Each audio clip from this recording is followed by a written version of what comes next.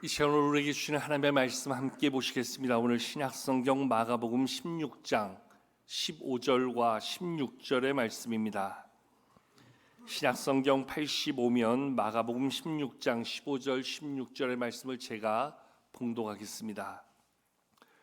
또 이르시되 너희는 온 천하에 다니며 만민에게 복음을 전파라. 믿고 세례를 받는 사람은 구원을 얻을 것이요 믿지 않는 사람은 정죄를 받으리라. 아멘. 6월 한 달을 보내면서 우리 귀한 믿음의 선배들의 삶을, 그 신앙을 다시 한번 조명해 보았습니다.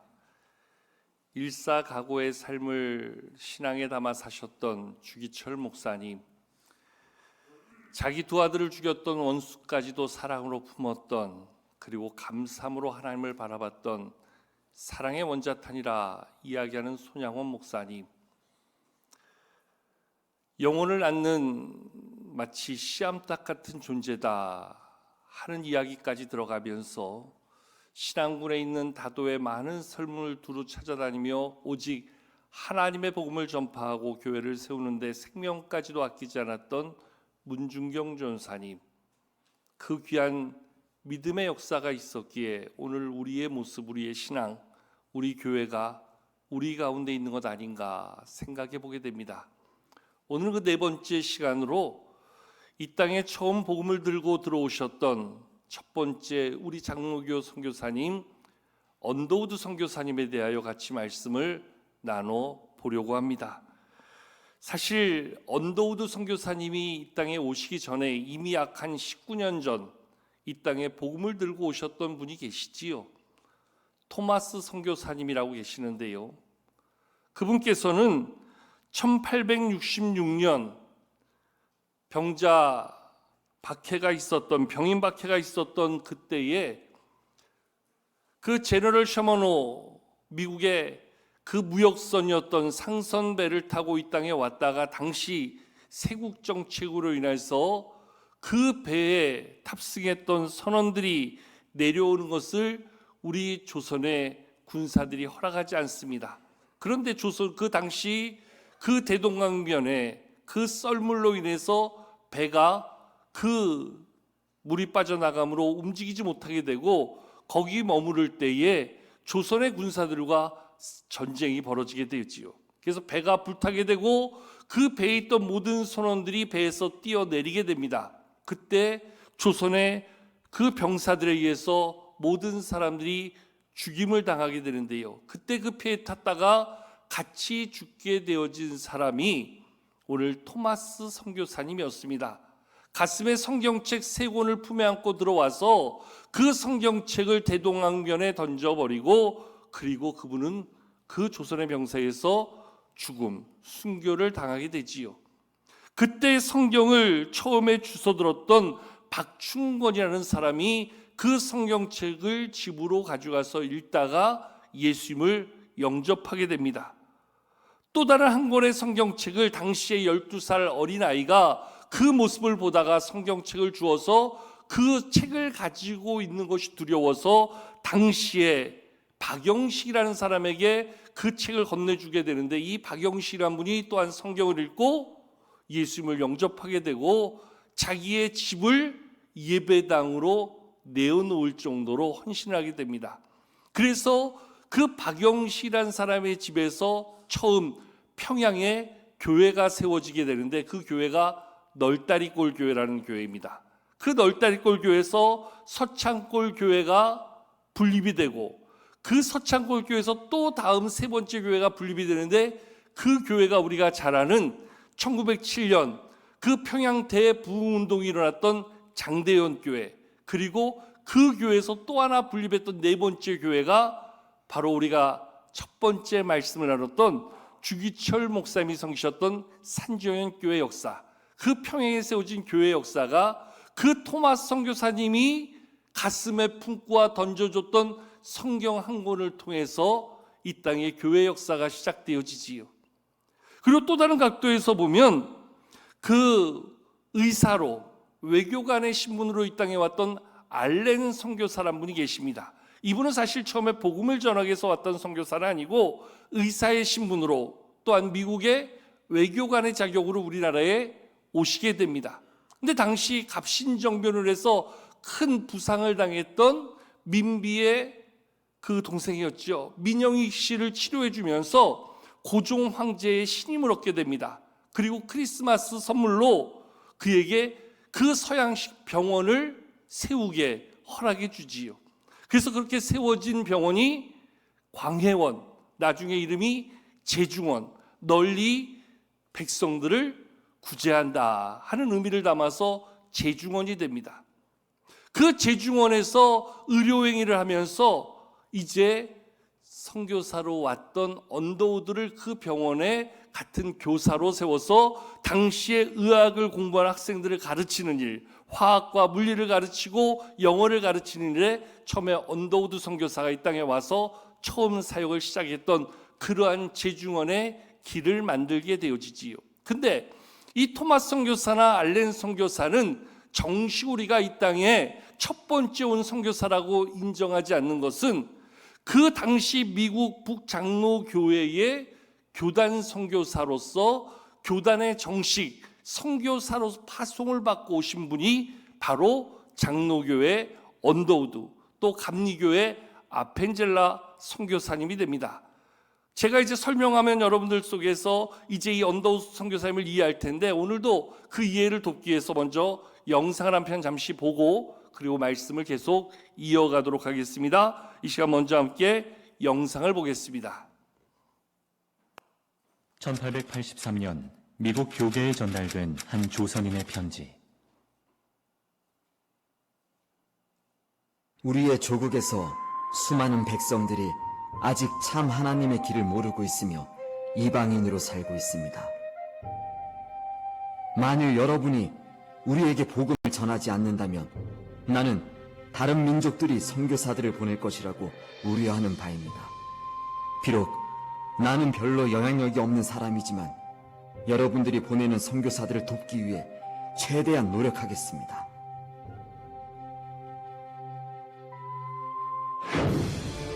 이 편지를 보낸 사람은 최초로 세례를 받은 조선인 이수정이었습니다. 그는 민족에게 복음이 전해지기를 갈망하여 미국 교계에 편지를 보낸 것입니다. 그리고 그 조선인의 편지에 응답한 한 남자, 그의 이름은 호러스 그랜트 언더우드 선교사입니다. 이수정의 편지를 읽고 나의 마음은 떨리기 시작했고 상당히 흥분됐습니다. 하나님께서 나를 조선에 보내시려고 내게 말씀하시는 건 아닌가 하는 생각이 들었습니다. 미지의 나라 조선행을 택한 푸른 눈의 젊은 선교사 언더우드. 1885년 4월 5일 그는 조선에 가장 처음으로 도착한 북장로교 선교사로서 제물포항에 상륙했습니다. 부푼 꿈을 안고 조선에 도착한 그는 곧바로 전도의 어려움을 맞닥뜨려야만 했습니다. 그 당시 조선 정부에선 직접적인 선교를 금지했었습니다. 교육사역과 의료사역만 허락했던 것이죠. 이런 환경 가운데 복음을 직접 전할 수 없었던 언더우드는 우선 제중원 산하의학교에서 물리와 화학을 학생들에게 가르치게 됩니다. 당시 서울의 인구는 성문 안에 14만 명, 성문 밖에는 12만 명이 살고 있었습니다. 하지만 전염병과 갑신정변으로 인해 부모를 잃은 고아들은 날이 갈수록 늘어만 갔고 이 아이들을 보호해 줄 곳은 그 어디에도 없었습니다. 이러한 참상을 목격한 언더우드 선교사는 1886년 봄 고아학교를 설립하게 됩니다. 그 언더우드 선교사는 우리나라에 와서 고아 사역을 시작했어요. 그래서 고아들을 모아서 키우다 보니까 고아들 중에서 그 남학생들로는 경신학교를 시작하고, 경신학교에서 초기에 가르쳤던 유명한 분이 바로 김규식 박사입니다. 처음엔 한 명의 소년으로 시작된 언더우드 학당. 이곳에서 파란만장한 조선의 민족사를 짊어지고 갈 젊은 인재들이 육성될 수 있었던 것은 바로 언더우드 선교사의 도전 정신 덕분이었습니다. 이를 시작으로 교육 사역은 더욱 확장되어 이후 경신학교가 세워지고 연세대학교의 전신이 되는 연희전문학교를 세우게 됩니다. 또한 언더우드 선교사는 전도 사역뿐 아니라 교회 설립에도 힘을 많이 썼는데요. 그래서 그는 자신이 살고 있는 사택을 하나님께 온전히 바쳤습니다. 그 결과 한국 최초의 교회 세문안교회가 탄생하게 된 것이죠. 그 일을 시작으로 주님의 말씀을 전하기 어려웠던 조선 땅에 교회가 세워지기 시작했습니다. 또한 언더우드는 성경 번역위원회를 통해 성경 번역 작업에도 열정을 쏟았습니다. 양반뿐 아니라 가난하고 소외된 이들에게 하나님의 말씀을 가장 잘 전할 수 있는 한글 성경을 만드는 일이었습니다. 그리하여 1900년에는 신약전셔를, 1911년에는 구약전셔를 편찬하여 성경을 널리 보급하였습니다. 그리고 그는 조선인들의 삶에 새로운 기독교 문화를 정착시키고자 그리스도 신문을 발간하였고, 조선 형교 서회를 세워 형교 찰리를 비롯 수많은 간행물을 출판하여 문서 선교에도 힘썼습니다. 그는 숨이 다하는 그날까지도 이 땅 조선 가운데 하나님의 나라를 세우기 위해 노력하고 도전했습니다. 언더우드가 한국에 왔을 때 이 땅은 척박하고 양귀자라고 서양 귀신이라고 조롱하고 박대하던 그런 세월이었습니다. 그러나 그 하나님께서 주신 꿈을 가지고 언젠가는 이 땅이 하나님을 믿는 백성으로 가득할 것이라 하는 그런 소원을 가지고 남김없이 아낌없이 다 한국에 바친 위대한 선교사이십니다.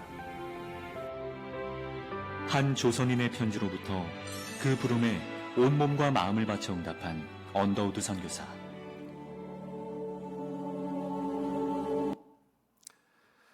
영상에 나와 있는 대로 조선이라는 두 글자 오직 마음에 품고 기도함으로 나올 때 이 언더우드 선교사님의 나이는 단 26살이었다고 합니다. 그곳에 함께 갈 것을 약혼녀에게 이야기했을 때 약혼녀는 동의하지 않습니다. 그래서 약혼녀에게 파혼을 당하고 혼자의 몸으로 이 땅을 향해서 오게 되어지지요. 태평양을 건너서 일본 요코하마에 도착하여서 약 한 3개월 정도 머무르면서 우리말을 배우고 그 편지를 썼던 이수정을 만나서 한국의 여러 가지 소식을 듣고 그리고 한국으로 건너오는 배를 타게 되어집니다. 1885년 4월 5일 제물포항에 그가 도착하면서부터 이 땅의 진정한 개신교회, 특별히 장로교회의 역사가 새롭게 쓰여지게 되지요. 그 배에 감리교회를 처음 이 땅에 전해준 아펜젤라 선교사님도 그 배에 함께 동시에 왔다고 하지요. 그런데 입국하는 과정에서 그 우리 조선 정부가 선교사들의 선교 활동을 허락하지 않아서 이 언더우드 선교사님은 이 아까 말씀드렸던 제중원에서 학생들을 가르치는 교사의 자격으로 들어오게 됩니다. 그리고 아펜젤라 선교사님은 부부가 함께 오면서 여자의 몸으로 이 땅에 와서 뭘 하겠는가. 그래서 입국이 거절돼서 다시 일본으로 갔다가 6개월 뒤에 다시 들어오게 되어지지요. 언더우드 선교사님이 이 땅에 와서 그 알렌 선교사님을 도와서 학생들을 가르치다 보니까 이 땅에 병원 사역이 너무 시급한 것을 보게 됩니다. 그래서 미국의 한 사업가에게 편지를 쓰게 되지요. 당시 미국의 가장 큰 부자였다고 하는 록펠러가 그 스탠포드 정유회사를 세울 때 그 회사를 세우는데 함께 했던 그 처음 창립 멤버 가운데 한 명이었던 세브란스라는 사람에게 편지를 쓰게 됩니다. 이 조선이 지금 이렇게 열악합니다. 많은 환자들이 죽어갑니다. 그래서 당신이 돈을 줄 수 있다면 이곳에 병원을 세우겠습니다. 그래서 그 사람에게 막대한 기부금을 받게 됩니다. 그래서 세워진 병원이 그 사람의 이름을 따서 세운 제중원을 서양식 전문 병원으로 확장해간 우리가 지금 잘 아는 세브란스 병원입니다. 이 세브란스 병원을 통해서 이 땅의 많은 환자들을 치료하는 그 일을 이루게 되어지지요. 특별히 언더우드 선교사님은 당시에 전염병으로 인해서 부모를 잃어버린 많은 아이들, 길에 버려져 있는 아이들을 보면서 그 아이들 하나 둘을 불러 모으게 됩니다. 그리고 그 아이들을 돌보게 됩니다. 지금으로 말하면 그러한 보육시설, 고아원 시설을 시작하게 되지요. 특별히 남자아이들을 모아서 그 아이들 단순히 돌볼 게 아니라 가르쳐야 되겠다. 그래서 자기의 한국 이름 원두우라는 한국 이름을 따서 학당을 만들게 됩니다. 그곳에서 아이들을 가르치면서 조선의 인재를 양성하는 첫 번째 교육기관을 만듭니다. 그 원두 학당이 지금까지 이어지는 경신학교, 경신중학교, 고등학교로 발전하게 되어지지요. 이러한 모습 속에서 유독 그 선교사님을 따랐던 한 아이, 영상에서 나왔지만 선교사님을 따르면서 선교사님 옆에서 허드렛 일을 하면서 비서일을 했던 한 아이, 그 아이가 나중에 자라서 우리 독립운동을 앞장서고 백범 김구 선생님을 도와서 임시정부의 부주석을 지냈던 김규식 박사, 이제 언급하게 될 세문안교회 장로님이 됩니다. 그 외에도 많은 학생들이 우리나라를 이끌어가는 상당히 영향력 있는 지도자로 그 안에서 세워지게 되어지지요. 또한 중고등학교의 그 기간에 해당되는 경신학교뿐만 아니라 그들을 더욱더 깊이 공부할 수 있는 더 전문적인 학교를 세워야 되겠다. 그래서 1915년 젊은이들의 미래 지도자를 배출할 새로운 학교를 만들게 되는데 그것이 바로 경신학교 대학부, 나중에 연희전문학교로 세워지게 됩니다. 그의 형이었던 존 언더우드가 당시 미국에서 타자기를 만들어서 판매하는 걸로 많은 돈을 벌었다 그래요. 그 형한테 부탁해서 나에게 학교를 세울 돈을 좀 보내주십시오. 그래서 형이 후원을 해줘서 그 돈으로 그 연희 학교가 있는 그 지역에 큰 땅을 사게 됩니다. 그래서 만들어진 것이 지금 그 연세대학교의 교정이 되었다고 하지요. 즉 선교사님의 헌신을 통해서 세워진 학교, 연희전문학교가 나중에 세브란스와 이름을 합쳐서 지금의 우리나라 명문 가운데 하나인 연세대학교를 세워가게 된 것이지요. 이 땅의 교육사업, 또한 보육사업, 특별히 선교사님을 통해서 우리가 가장 주목하게 될 모습은 바로 교회를 세우는 교회 개척 사업이었습니다. 당시 정동에 머무르던 선교사님이 자기의 집을 예배당으로 내어놓으면서 정동교회라는 이름으로 시작했는데 이 교회가 적어도 한국에 당시 조선에 영향을 미치는 교회가 되려면 저 사대문 안으로 교회가 들어가야 되겠다. 그 당시에 사대문 안에는 절대 허락을 안 하지요. 이 양기자라는 서양 귀신을 섬기는 그러한 파란 눈의 외국인이 교회를 세운다는 것 허락을 안 합니다. 근데 끝없이 그 조선 그 조정 대신들을 만나서 설득을 하고 부탁을 해서 그 당시에 서대문 옆에 있는 도니문이라고 하는 그 성벽을 이루는 그 사대문 성 안에 지금 광화문 자락 끝에다가 땅을 얻게 됩니다. 그리고 거기에 교회를 이전하게 되어지지요. 그 교회가 성문 안에 세워진 교회에서 성문안교회, 나중에 교회 이름이 세문안교회로 그 처음으로 이 땅에 세워진 조직교회가 됩니다. 물론 그 이전에도 교회는 교회 이름으로 있었지만 우리가 말하는 조직교회, 처음에 그 교회가 세워지면서 그 교회 안에 그 이전하며 장로를 세우게 됩니다. 그래서 장로를 세우고 교회가 조직을 갖춘 교회로서의 첫 번째 교회, 성문안교회, 세문안교회를 세우게 되지요. 그 이후에도 그 양평동에 있는 양평동교회, 또한 서교동에 있는 서교동교회 지역 이름을 따라서 언더우드 선교사님이 우리 통합측교단에 몇 교회를 더 세우게 되지요. 이러면서 교회 사역을 세우고 교회만 세우는 것이 아니라 이 땅의 성도들에게 우리 글로 된 성경을 읽을 수 있게 해줘야 되겠다. 마틴 루터가 독일어 자국어로 성경을 번역하여서 당시 독일 국민들에게 성경을 소개하고 읽게 해준 것처럼 그 일에 앞장서서 성경을 번역하고 여러 가지 성경 해설서를 쓰고 여러 가지 교회의 문화를 세워가는 그러한 신문사를 만들고 여러 가지 일들을 하게 되어지지요. 여러분, 26살의 젊은이가 이 땅에 와서 행한 그 한 사람의 수고를 통해서 이 땅의 교회가 하나님의 역사를 새롭게 펼쳐가는 그러한 일들을 이뤄가게 되어지지요. 이것은 언더우드 선교사님 한 사람의 헌신과 수고로 끝나지 아니하고 나중에 제중원에서 만난 그러한 여의사 릴리어스 스틸러 호틀이라는 사람과 결혼하게 됩니다. 그 여인과의 사이에서 아들을 낳게 되고 낳은 아들 호러스 호튼 언더우드, 우리 한국 이름으로는 원한경 박사라 불리는 이분을 통해서 이분 그 선교사님의 아들은 당시 우리가 독립운동을 펼칠 때 그 아들은 미국인 신분이었기 때문에 우리나라의 그 당시의 독립을 위해서 애쓰는 여러 가지 일들을 세계에 알리는 역할을 합니다.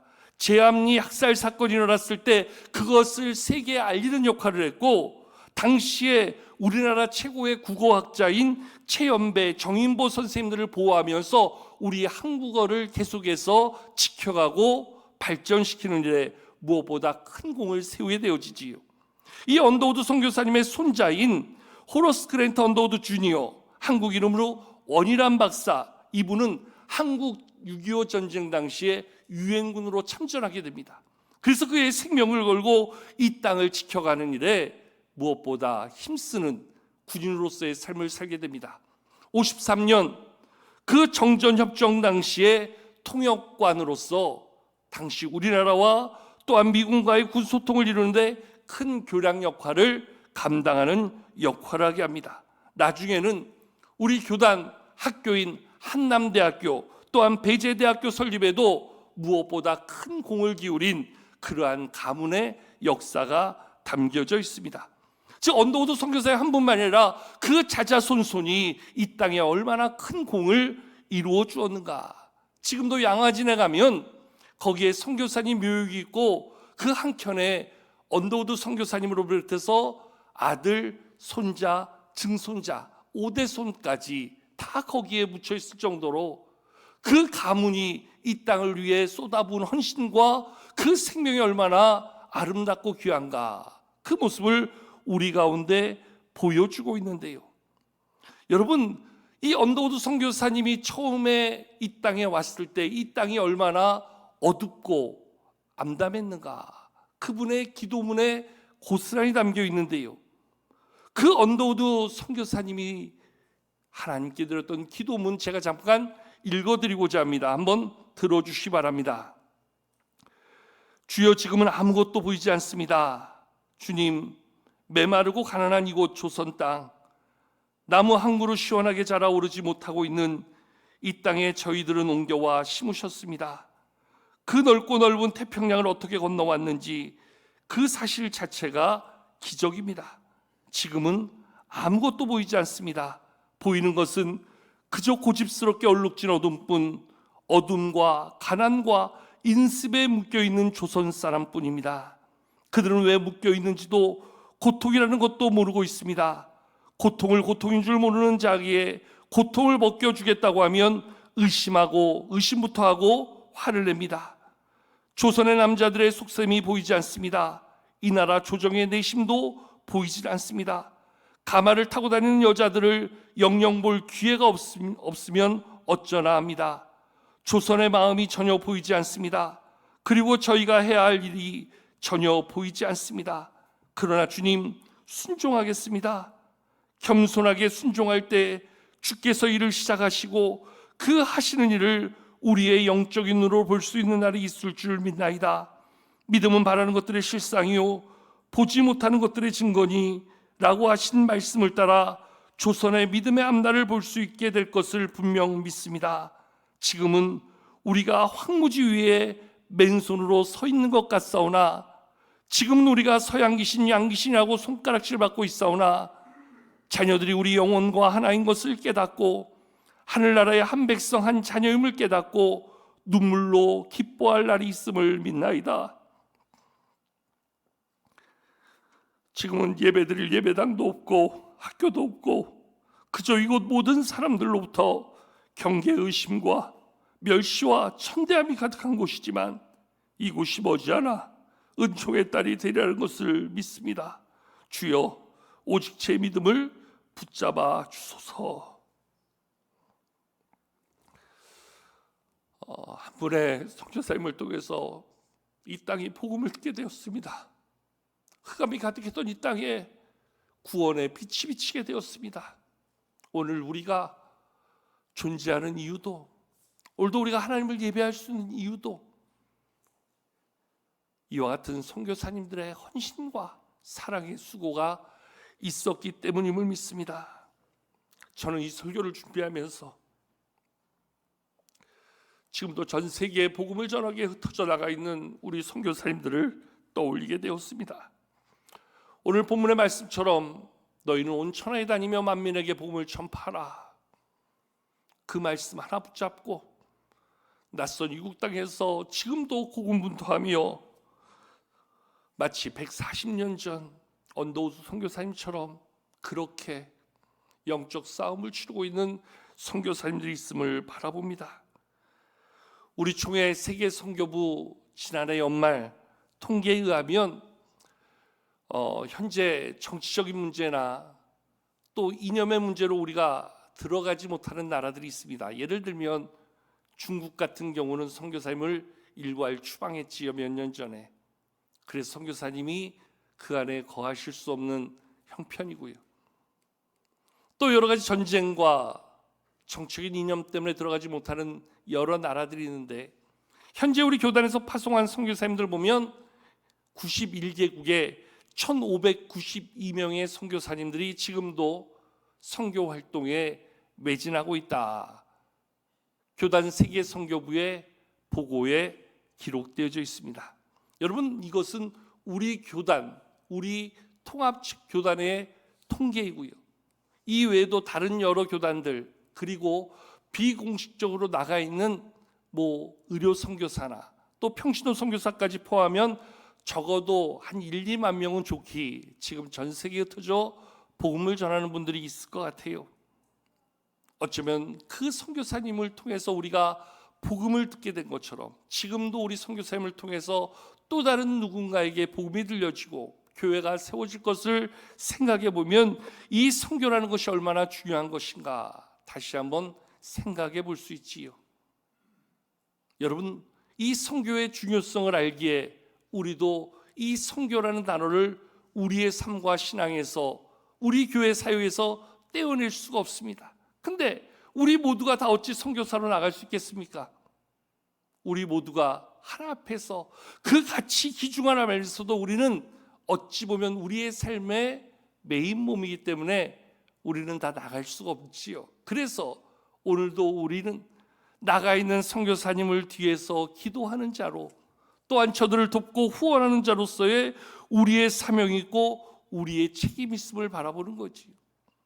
언더우드 선교사님이 이 땅에 평원을 세우고 교회를 세우고 학교를 세울 때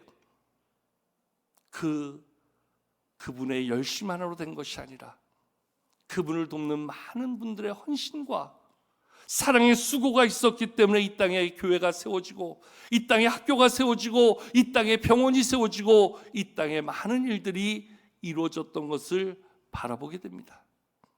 그런 면에서 오늘 우리에게 주어진 이 선교의 사역 앞에서 우리는 가는 선교사가 아니라 할지라도 오늘 우리에게 주어진 이 귀한 사명을 함께 모아서 저들을 위해 기도해 주며 저들을 돕는 자로서 우리가 함께 나아간다면 얼마나 귀한 일들이 우리를 통해서 계속해서 하나님의 나라를 세우며 하나님의 복음 사역을 이루는 귀한 모습이 되겠는가 다시 한번 생각해 볼 수 있지요.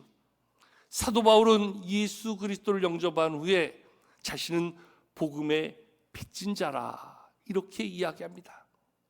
누군가 전해준 그 복음으로 내가 하나님을 만났듯 나는 그 스데반의 죽음 앞에서 그의 죽음을 마땅히 여길 정도로 죄악 속에 살던 내가 하나님의 은혜 가운데 그 복음을 듣게 되어지므로 나는 이제 복음의 빚진 자의 심정을 가지고 빚을 갚는 마음으로 평생 복음을 전한 자로 살겠습니다. 사도 바울이 말했던 것처럼 어쩌면 우리 민족 이 땅에 세워진 모든 교회와 성도들에게는 이 선교의 빚이 있다 생각합니다. 우리가 갈 수 없는 그곳에 앞장서 가신 선교사님들을 바라보면서 저들을 위해 기도해주고 저들을 후원해주고 협력해주는 것이 어쩌면 우리의 마땅한 본분이요 이것은 우리의 책임이라 이야기할 수 있는 것이지요.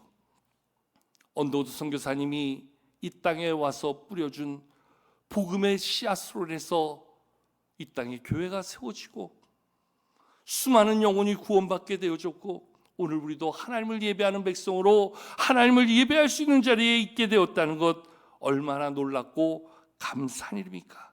이제 우리는 이러한 복음의 빛을 가지고 선교의 빛을 가지고 그 빛을 갚는 교회로 성도로 살아가야 됨이 마땅할 줄로 합니다. 믿음의 한 길을 걸었던 주기철 목사님, 손양원 목사님, 문중경 전사님 이분들을 포함하여 우리가 이루 헤아릴 수 없는 많은 위대한 믿음의 선배들 그리고 우리에게 그 바톤을 넘겨줬던 우리 앞세대의 성도들의 그 헌신을 통해서 우리는 이렇게 아름다운 교회를 세우게 되었습니다. 귀한 믿음의 자리를 갖게 되었습니다. 이제는 이 빚을 갚는 마음으로 우리에게 주어진 바톤을 가지고 믿음의 멋진 경주를 달려갈 수 있도록 여러 가지 사역과 특별히 선교에 힘쓰는 교회로서의 사명을 이어가는 우리가 되어야 될 것입니다. 그리고 우리의 자녀들에게 부끄럽지 않은 교회를 신앙을 물려줄 수 있도록 우리의 신앙을 잘 계승하는 일에 무엇보다 귀한 믿음의 모습을 이루어야 될 것입니다. 선교사님이 보여주신 또 앞서 믿음의 선배들이 이루어주신 그 하나의 미랄과 같은 그분들의 헌신을 통해서 오늘 우리에게 귀한 나무가 세워졌다고 한다면 이제 이 나무를 통해서 우리는 또 다른 씨앗들을 뿌리는 자로 또 다른 신앙의 역사를 이루어가는 일에 힘쓰는 성도 교회가 될 수 있어야 될 것입니다. 이제까지 배운 것으로 만족할 것이 아니라 이제는 누군가를 가르치는 자로 이제까지 받은 것으로 만족하는 자가 아니라 이제는 나누는 자로서의 책임, 사명이 우리에게 있음을 깨달아 우리 또한 그 뒤를 따라 더욱더 주님의 나라를 확장해가며 주의 선한 사역을 위해 힘쓰는 그러한 교회로 성도로 살아가야 할 것입니다. 하나님이 우리에게 주신 이 책임, 이 사명을 믿음으로 잘 감당할 수 있는 우리 모든 성도들, 우리 교회 되기를 주의 이름으로 축복합니다.